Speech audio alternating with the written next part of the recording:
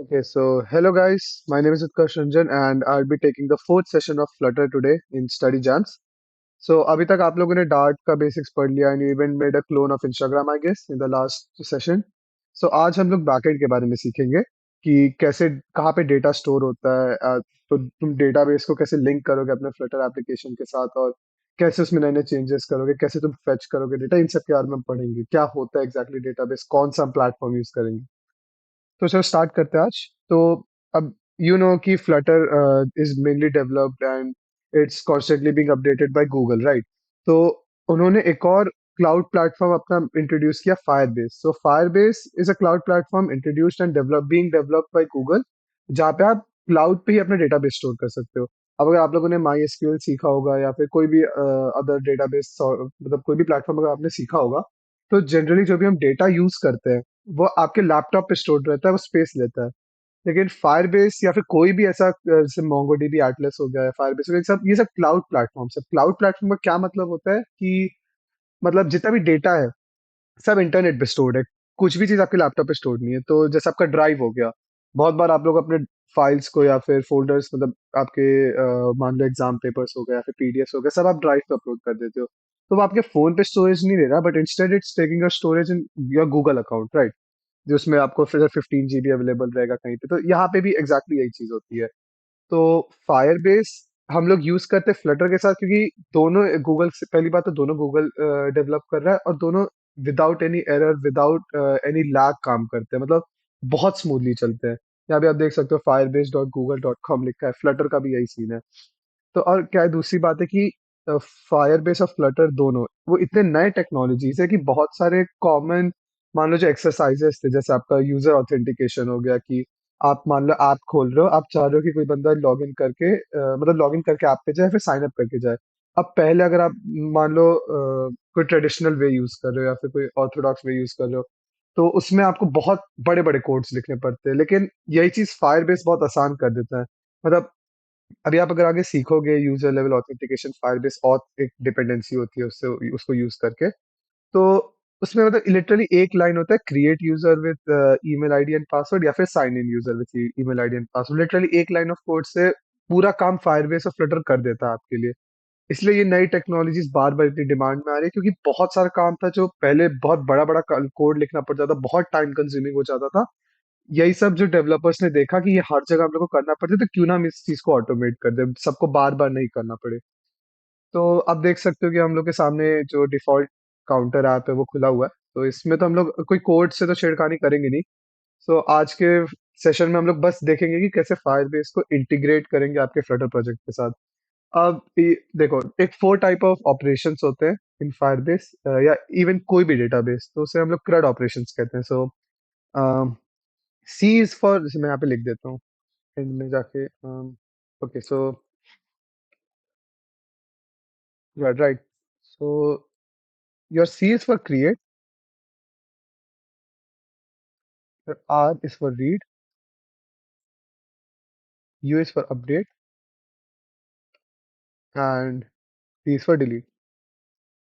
तो आप जब भी कोई डेटाबेस के साथ काम कर रहे होगे तो यही 6 ऑपरेशंस होते हैं, यूज आते हैं। इवन आप अभी कोई वेबसाइट खोल लो, फिर आप जैसे मान लो आपने नया अकाउंट बनाया, आपने अपने विश लिस्ट में कोई, मान लो कोई प्रोडक्ट अमेजोन पे ऐड किया है, या फिर आप कोई अपने डाउनलोड से वीडियो हटा रहे हो यूट्यूब पे, तो वो सब यही चीज है कि या तो आप उसको अपडेट कर रहे हो, यहाँ पे आपने मान लो क्रिएट किया, तो आपने क्रिएट यूजर किया है, या फिर आपने मान लो अपना नया एक प्लेलिस्ट क्रिएट किया यूट्यूब पे, तो वो सी यानी क्रिएट के अंदर आ जाते हैं।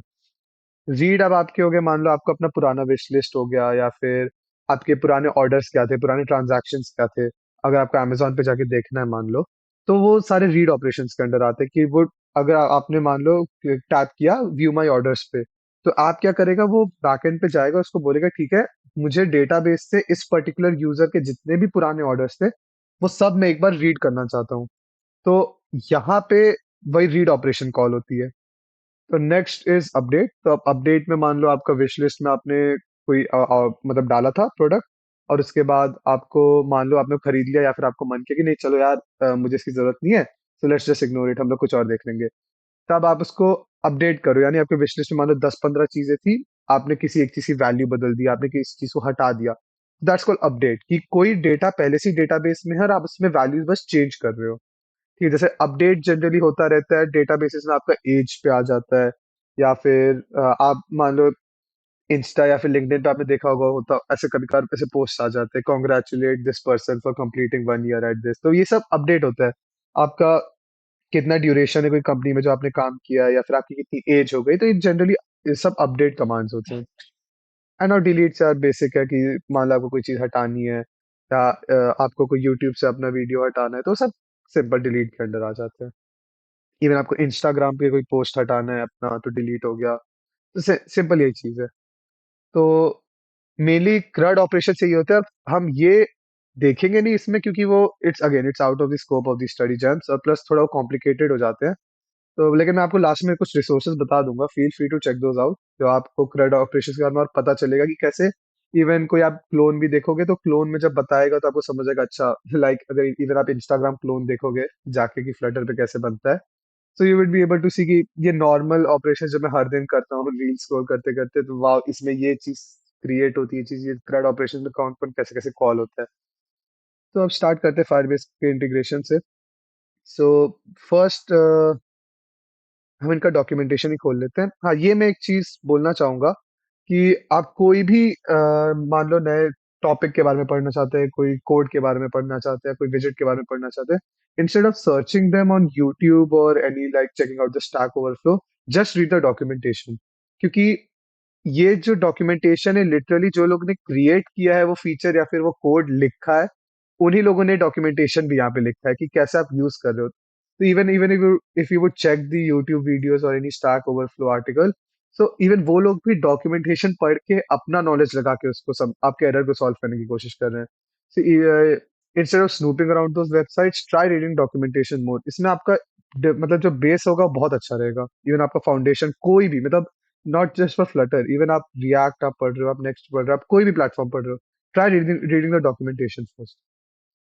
तो स्टार्ट करते हैं। सबसे पहले कुछ बेसिक्स है कि आपका एक फायरबेस पे अकाउंट होना चाहिए। अगर आपका नहीं है तो आप जाओ वहाँ पे, क्रिएट अकाउंट सिंपल होता है आपका, वैसे भी वो गूगल अकाउंट से डायरेक्टली आपका स्टार्ट कर देता है। So first step, install the required command line tools. तो आपके पास एक फायरबेस सीएलआई होना चाहिए। अगर आपके पास फायरबेस सीएलआई नहीं है, तो यही लिंक को मैंने यहाँ पे खोल के रखा है, फायरबेस सीएलआई रेफरेंस। सो यहाँ पे आप देखो, आप खोलोगे तो आप यहाँ पे इवन टॉप से स्टार्ट करोगे। सो हाँ, तो आप एक बार थोड़ा नीचे स्क्रॉल करोगे, तो यहाँ पे आपको मिलेगा एनपीएम या फिर स्टैंड अलोन बाइनरी। ठीक है, एनपीएम आप रन कर, स्टैंड अलोन बाइनरी देखो एक आपको कंप्रेस्ड फाइल दे देगा, उसको आप एक्सट्रैक्ट करके उसको रन कर सकते हो, तो वो नॉर्मल चीज है। एनपीएम है, अगर आपके पास नोड है लैपटॉप में, नोड डॉट जेएस आपने कभी भी इंस्टॉल किया लैपटॉप में, तो आप सीधा एनपीएम इंस्टॉल जी फायरबेस टूल्स अपने टर्मिनल पे रन कर सकते हो। अब मैं सजेस्ट करूंगा कि आप नोड इंस्टॉल रखो, क्योंकि आप वेब कर रहे हो, आप ब्लॉकचेन कर रहे हो, कोई भी ऐसा डोमेन कर रहे हो, नोड बहुत काम आता है।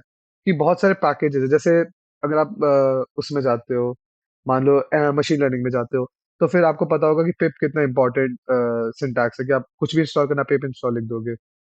सिमिलरली एनपीएम एक वन ऑफ दोस थिंग्स है कि एनपीएम अगर आपके मतलब नोड अगर आपके लैपटॉप पे है, तो आप एनपीएम यूज करके बहुत सारे जो ये सब डिपेंडेंसीज होती हैं या फिर टूल्स होती हैं, आप आसानी से इंस्टॉल कर सकते हो। तो मैंने एनपीएम इंस्टॉल ये मैंने यहाँ पे रन कर दिया, क्योंकि इसमें थोड़ा टाइम लगता है। सो आप यहाँ पे देखोगे तो देखो, यहाँ पे मैंने एनपीएम इंस्टॉल जी फायरबेस टूल्स लिख दिया है। थोड़ा इसमें टाइम लगा था। तो ये सिंपल आपका नॉर्मल जितने भी इसको पैकेजेस ऐड करने होंगे, जैसे 65 पैकेजेस जो भी है। So run npm fund for details, अगर आप एनपीएम फंड लिखोगे तो आपको पता चल जाएगा उससे क्या क्या पैकेजेस इंस्टॉल किए हैं। तो एक्चुअली अभी ये नया फीचर है, हम लोग ने जब बैकएंड सीखा था तो हम लोग को सब मैन्युअली जाके इंस्टॉल करना पड़ता था, लेकिन अब वो सीन नहीं है। So let's move on. अगर वैसे ये विंडोज के लिए है, अगर आपको स्पेसिफिक किसी और के लिए जाना है, तो यहाँ पे मैक और लिनक्स का भी ऑप्शन है, feel free to check those out too. तो नेक्स्ट है, so if you haven't install, तो हमने अब इंस्टॉल कर लिया। So log into Firebase using your Google account by running the following command. So सीधा यहाँ से कॉपी करते हैं एंड पेस्ट।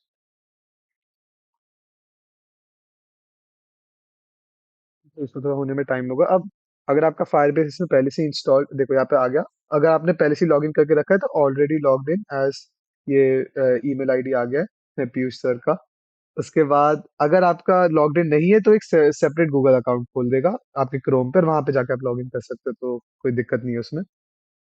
सो हमने अपना नेक्स्ट कमांड भी रन कर लिया। अब नेक्स्ट है install the FlutterFire CLI by running the following commands from any directory. So अब देखो, जब मैं ये अभी तक कमांड्स लिख रहा हूँ, आप अपने मेन रूट डायरेक्टरी में भी कर सकते हो या फिर अपने प्रोजेक्ट डायरेक्टरी में कर सकते हो, कोई दिक्कत नहीं है। मैंने यहाँ पे स्पेसिफिकली प्रोजेक्ट डायरेक्टरी में किया है कि कभी कभार रूट डायरेक्टरी करने में ये सब अगर आप रन करोगे इंस्टॉल करोगे तो एरर्स आ जाते हैं। इसलिए मैं भी सोचा कि पर्टिकुलर आपके प्रोजेक्ट डायरेक्टरी में करेंगे तो बेटर रहेगा। सो अपना finally Dart pub global activate FlutterFire underscore CLI, तो अब कुछ डिपेंडेंसीज रिजॉल्व कर लेगा। हाँ, तो अब आप देखोगे तो सारे डिपेंडेंसीज यहाँ पे आ चुके हैं। यहाँ पे मैं अब तक YAML देख लेता हूँ। सीधा अभी तक यहाँ पे SDK फ्लटर है, कोई प्रॉब्लम नहीं है। सो अब यहाँ पे मैं एक चीज पॉइंट आउट करना चाहूंगा कि हो सकता है कुछ लोग को, मतलब अभी जो नेक्स्ट कमांड है इसमें थोड़ी एरर आएगी, ठीक है। मैं अभी करके दिखा देता हूँ, क्योंकि मैंने भी जब फर्स्ट टाइम किया था तो एरर आया था। अभी इसमें तो नहीं आएगा। उसके लिए भी कोई दिक्कत नहीं है, कोई डरने की बात नहीं। एक सिंपल सी चीज हम लोग को चेंज करनी होगी जिससे आप इसको आगे यूज कर पाओगे। सो फ्लटरफायर कॉन्फ़िगर अभी रन हो रहा है।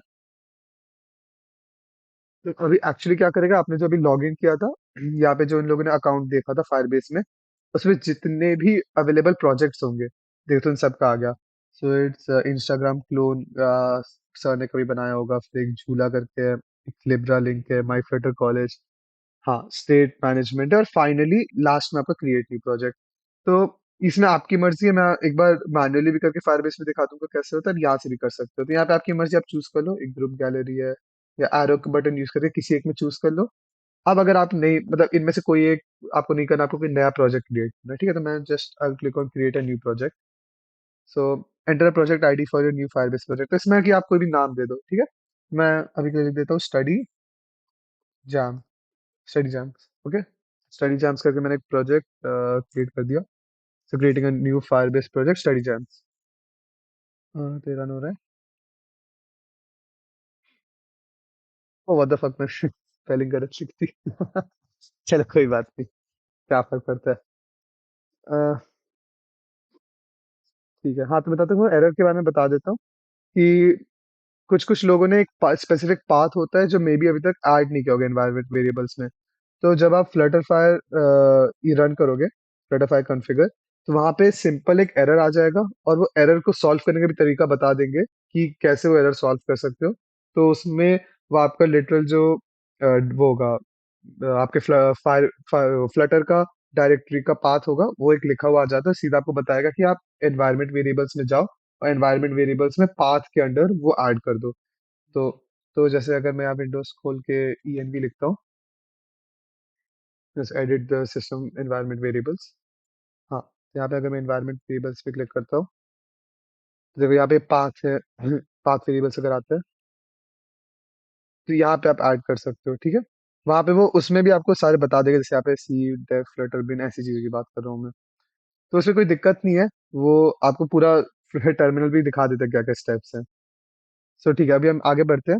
यहाँ पे हमारा अजीब सी चीज का बन गया है project. And now next question is which platforms should your configuration support? तो अब जैसे हम लोगों ने बताया था कि जो फ्लटर होता है, that's it's a class cross platform, right. So तुम कोई ऐप क्रिएट करते हो तो it will either work on iOS और एंड्रॉयड वेब और even on your TV by using the same code.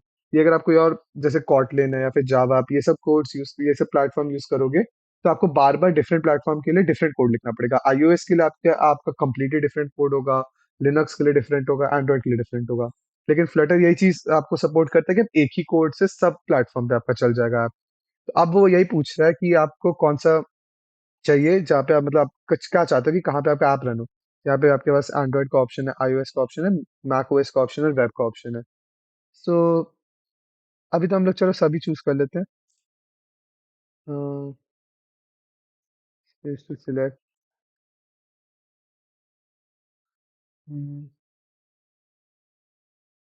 Okay, सो वापस कर देते स्टार्टिंग से। सो फ्लटर फाइल कॉन्फ़िगर हुआ।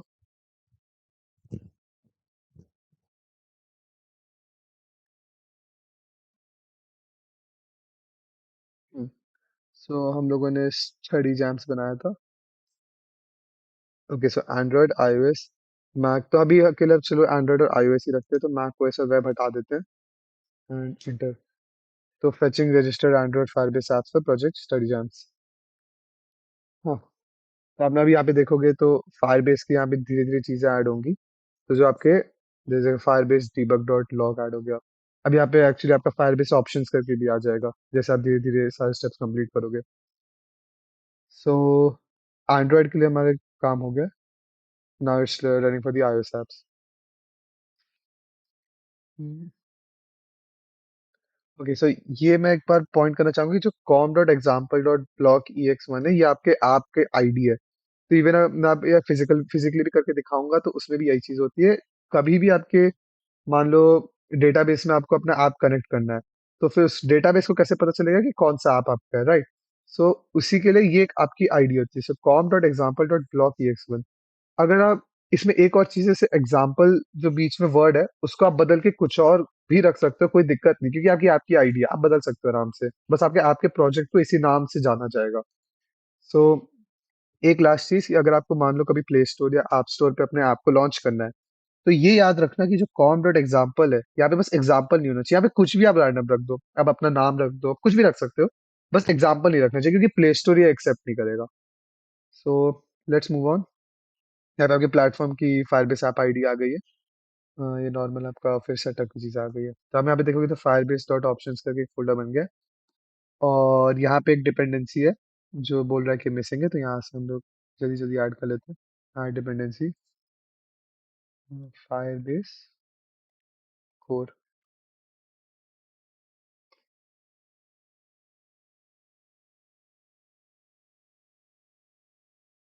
ठीक है, तो हाँ, तो ये अभी ऐड हो जाएगा, तब तक मैं एक बार फायरबेस पे दिखा देता हूँ। um, Firebase.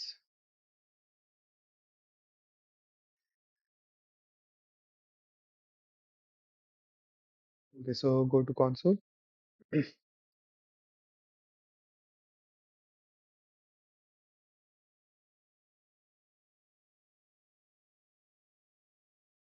तो यहाँ पे ऑलमोस्ट हो ही गया प्रोसेस डिपेंडेंसी ऐड होने का। हाँ, तो अभी खत्म हो गया वो।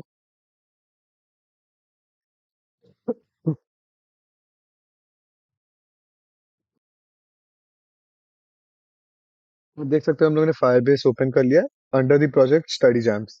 ठीक है, तो यहाँ पर देख सकते हो हम लोग का ब्लॉक की एक सब चीज मैन्युअली यहाँ पे ऐड हो चुकी है।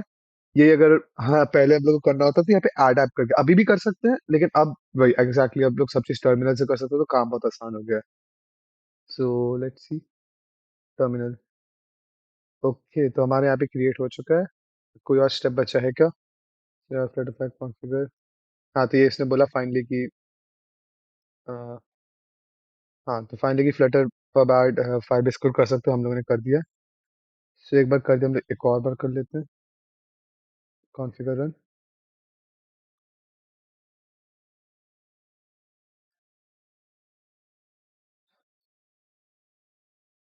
अभी हम लोग कोई ऐप को रन नहीं करेंगे, हम लोग को बस ये दिखाना है कि कोई इसमें एरर आया नहीं अभी तक, क्योंकि ये जो स्टेप्स हैं स्टैंडर्ड स्टेप्स हैं। आप कोई भी प्रोजेक्ट में अपना फायरबेस इंटीग्रेट करने का ट्राई करोगे, सेम स्टेप्स रहेंगे। सो अभी ये सब तुम लोग करना नहीं है, तो बस exit। हाँ, तो ये हम लोग स्टडी जैम्स था। अब देखो ये फायरबेस का एक्चुअल यूआई है ऑनलाइन, कि आप लोग क्या क्या यहाँ पे कर सकते हो। मान लो अगर मैं यहाँ पे मैनुअली एक ऐड ऐप करना चाहता हूँ, तो मेरे पास ऑप्शंस आ जाएंगे एप्पल का, एंड्रॉइड का, लाइक वेब हो गया, यूनिटी, फ्लटर। सो हम लोग यहाँ पे एंड्रॉइड चूज करेंगे। तो यही मैंने बोला था कि आप यहाँ पे कॉम डॉट एग्जाम्पल जो भी आपका आईडी था, तो यहाँ पे हम लोग कॉम डॉट एग्जाम्पल डॉट लिखते, com dot example dot block की एक्स वन। वैसा होता है यहाँ पे, आप अपना कोई निकनेम दे सकते हो, आपका जो ऑप्शनल है, और ये चीज़ आपको जरूरत नहीं पड़ती। तो ये सब स्टेप अब हम लोग को करने की जरूरत नहीं पड़ती, कि सब चीज़ अब टर्मिनल के थ्रू हो गया है। तो मैं यहाँ पे दिखाना चाहूंगा कि फायरबेस में और क्या क्या ऑप्शन है। सो अगर आप बिल्ड में जाते हो, तो यहाँ पे आपका ऑथेंटिकेशन एक है, ये खुल जाने दो। हाँ, तो जैसे आप मान लो गेट स्टार्टेड दबाया मैंने।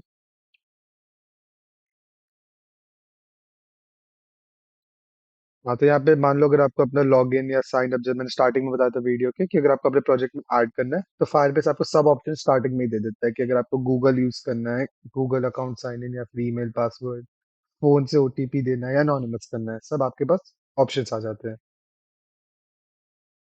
सो इसके अलावा नेक्स्ट मूव करते हैं। ये आपका फायर स्टोर डेटाबेस हो गया। यहाँ पे मतलब अगर कोई भी डेटा, जैसे फ्रंट एंड सब CRUD ऑपरेशंस परफॉर्म करोगे, जितना भी डेटा होगा आपका यहाँ पे रहेगा। तो अगर मैं क्रिएट डेटाबेस दबाता हूँ, से स्टेप्स आप भी कर सकते हो अगर आपको कभी ऐड करना हुआ अपने उसमें। सो आईडी इज डिफॉल्ट। लोकेशन में मुंबई का शायद से ऑप्शन आता है, हाँ मुंबई। तो मुंबई एंड क्रिएट नेक्स्ट। हाँ, तो अभी हमेशा स्टार्ट एंड टेस्ट मोड करना, क्योंकि प्रोडक्शन मोड की भी जरूरत नहीं है। और एक ही चीज होती है कि एक आपको मैं दिखा देता हूँ आगे, सिक्योरिटी रूल्स करके क्रिएट करके।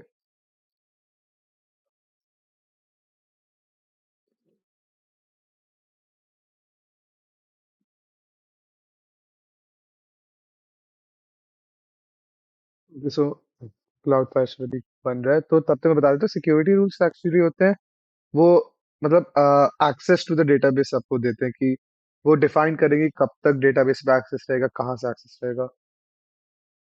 Can not enable, I don't know, कुछ नेटवर्क का इश्यू हो रहा होगा, तो बस बता देता हूँ। यहाँ पे आपका सिंपल बन जाता है, आगे से अलावा कुछ होता नहीं है। बस ये बता रहा हूँ, वहाँ पे एक सिक्योरिटी रूल्स का ऑप्शन रहेगा, वहां से आप बस यहाँ पे कुछ चेंजेस कर सकते हो। जैसे बाई डिफॉल्ट रहेगा कि जिस भी दिन आपने बनाया उसके 30 दिन आगे तक, कि जैसे यहाँ पे मान लो लिखा हुआ है ना 24/3, जैसे मैं आज बना रहा हूँ तो 24/3 तक यहाँ पे एक्सेस रहेगा, कि डेटाबेस से आप इंफॉर्मेशन दे सकते हो, वरना अपने उसके बाद नहीं दे पाओगे। यही चीज आप नॉर्मली सिक्योरिटी रूल्स चेंज कर सकते हो, आपको गूगल पे हर जगह मिल जाएगा। आपकी मर्जी, आप कोई पर्टिकुलर रीजन से डेटा मतलब एक्सेस आप स्टॉप कर सकते हो, complete depends on you. Build में और ऑप्शन एग्जैक्टली स्टोरेज हो गया, स्टोरेज में आप फाइल स्टोर कर सकते हो।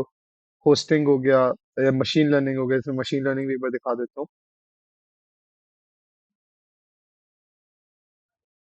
हाँ, सो मशीन लर्निंग में क्या होगा, जैसे अगर आप कभी भी कोई मॉडल बनाओगे, अब आपको अपने ऐप के साथ इंटीग्रेट करना है, तो उसके लिए जैसे अभी मैं बताऊँ तो बहुत सारे आपको मतलब आपको कुछ नए नए चीजें सीखनी पड़ेगी। आपको स्ट्रीमलेट सीखना पड़ सकता है, आपको जैंगो सीखना पड़ सकता है, सब डिप्लॉयमेंट की बात आ जाती है, आपको फ्लास्क सीखना पड़ेगा। तो इंस्टेड यहाँ पे जैसे हम लोग बस गेट स्टार्टेड दबाएंगे, तो यहाँ पे सारे एपीआई पहले से ही अवेलेबल है। अगर आपको अपने ऐप में टेक्स्ट रिकॉग्निशन डालना है, कैमरा के थ्रू इमेज लेबलिंग डालनी है, फेस डिटेक्शन डालना है, बारकोड स्कैनिंग हो गया, या फिर इवन ट्रांसलेशन हो गया, सिंपल, ये सब आपको एपीआई खुद ही फायरबेस प्रोवाइड कर देता है।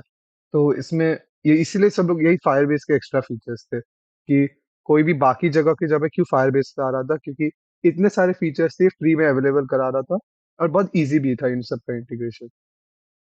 सो आई गेस यही सब फाइनल स्टेप्स थे। एक और हम लोग देख लेते हैं।